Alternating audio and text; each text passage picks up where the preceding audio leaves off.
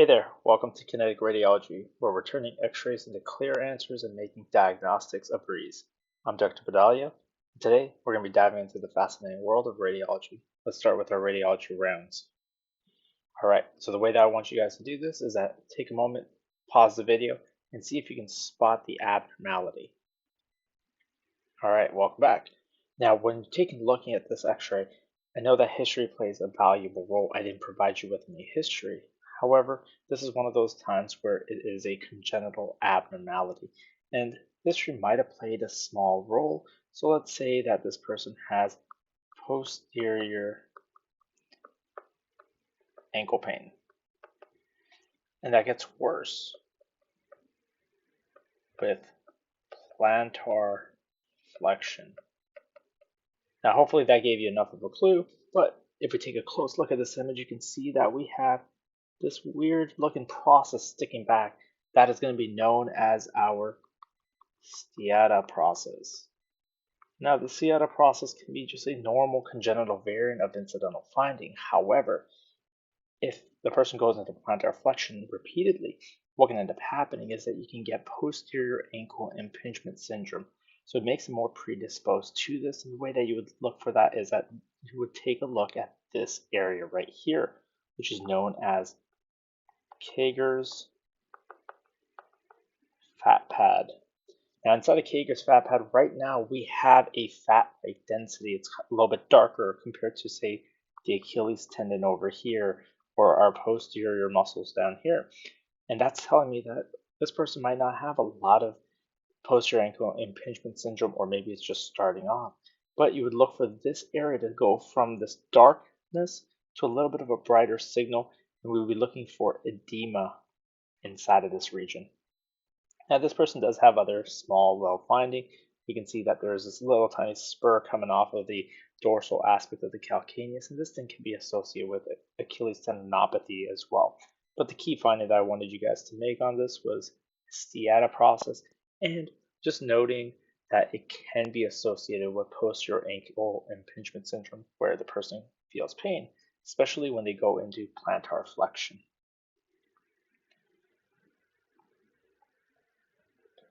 All right, take a look at this next image. Pause the video if you need to. And welcome back. All right, so this one's a very subtle finding, and it's most of the time it's actually discovered incidentally. But if we take a close look, I'm going to zoom in for this right here. You can see that we have this tiny little calcific density, and that little ovoid calcific density is going to be known as our Pellegrini-Steida. Pellegrini-Steida. So what is that? Well, this thing is going to be post-traumatic ossification involving our medial collateral ligament, or MCL. And typically this is the site that you'd be looking for it right above that knee joint. And in this case, it's taking on this ovoid appearance, but sometimes it can take on a little linear appearance like that as well. So that is essentially what you're looking for on this image. The rest of the image is fairly unremarkable. All right, the next image right here, we have an MRI, and I want you guys to take a look at this MRI.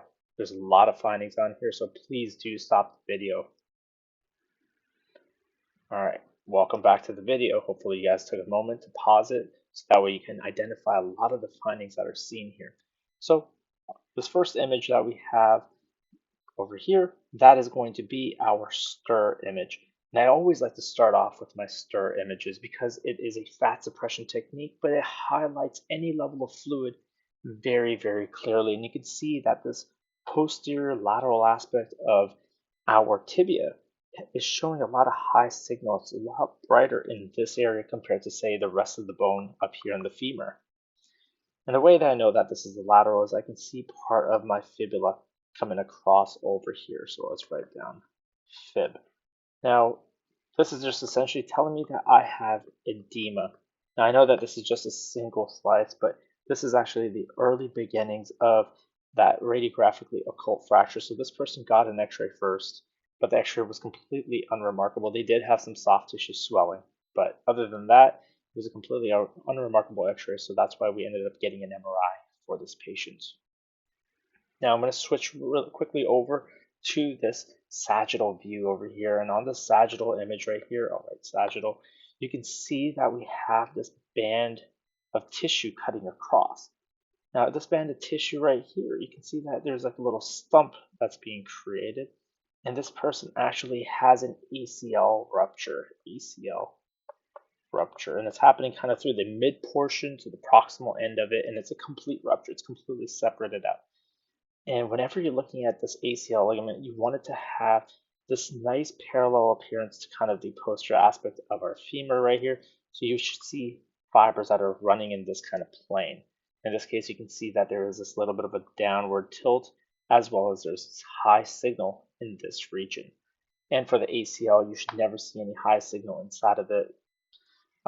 There can be a little bit of this like celery stalk appearance depending on which kind of MRI pulse sequence you're looking at, but for the most part, it should remain fairly dark. Now, I am going to go back over to this sagittal image, and one thing that I want to point out is that we do have a little bit of this kind of brightness through this region right here. We have a little bit of brightness right through this region here as well. So this is telling me that this person likely has something going on with their MCL and LCLs. And because I'm seeing that the fibers are still intact, I would say that this thing might be a grade 1 injury to our MCL as well as our lateral collateral ligaments as well. So lots of findings. This patient actually came in with a tibia shift mechanism of injury, and it makes sense with the fact that we have our ACL rupture and our posterolateral aspect of our tibia is damaged as well. Now this slice isn't demonstrated too clearly, but this person also had an undersurface tear of our medial meniscus. You see this bright signal inside of it. You really shouldn't see that bright signal inside. That's another indicator that there is something going on in this region. So looking at all your slices going back and forth is going to be very valuable. But I pick these select slices so that we can make the key finding of our fracture and our ACL rupture with it. All right, so this next image right here is a CT image. I'm going to tell you that this is a pediatric patient, and they had pain following some kind of trauma.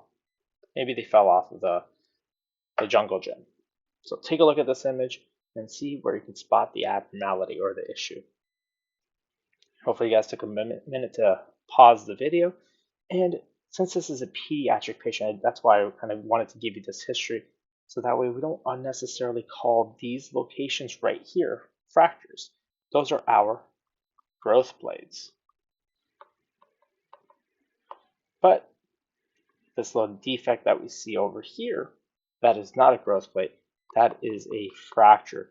You can see this little bony piece that has been avulsed off. And if you take a closer look in this region right here, you can see that there's some level of cortication, but it's very hazy and ill-defined in here.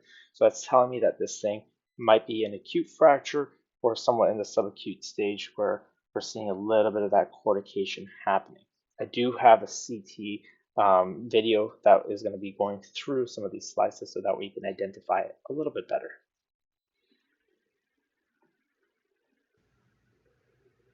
So as we scroll through, you can see that that fragment is very clear. It gets a little bit bigger. Just again, re-emphasizing the fact that we do have this kind of corticated margin, but hazy, ill-defined margin over here. That's telling us that there is some level of acute damage happening here.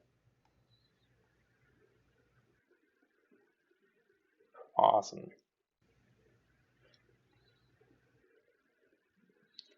All right, so this one, it's actually a normal x-ray. However, the question I want to ask you guys is, why did this person get surgery? So take a minute, take a look at where the screws are, and see if you can determine why this person ended up getting their surgery. So this person actually had a previous triplane fracture. So that is a fracture that's going to be involving three different planes, three planes. And those three planes are all inside of the tibia. So it's actually an injury that's going to be going through the growth plate We know that this is a pediatric patient because we can see tiny little growth plates that are open still at all of these locations here. Nice thing is that there's no soft tissue swelling or anything like that. That tells me that this person re-injured this ankle. And whenever you see any surgical hardware, a couple things that you want to look for is any level of hardware failure, hardware fractures. Do we have subsidence?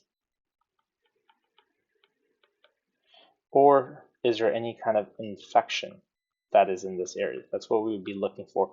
And I'm going to zoom in again, and you can see that the screws are nicely in place. There's no level of lucency that's seen around the screw, and that's one of the things that I'm looking for with these. All right, again, same thing. I can see that the screws are nice and well anchored.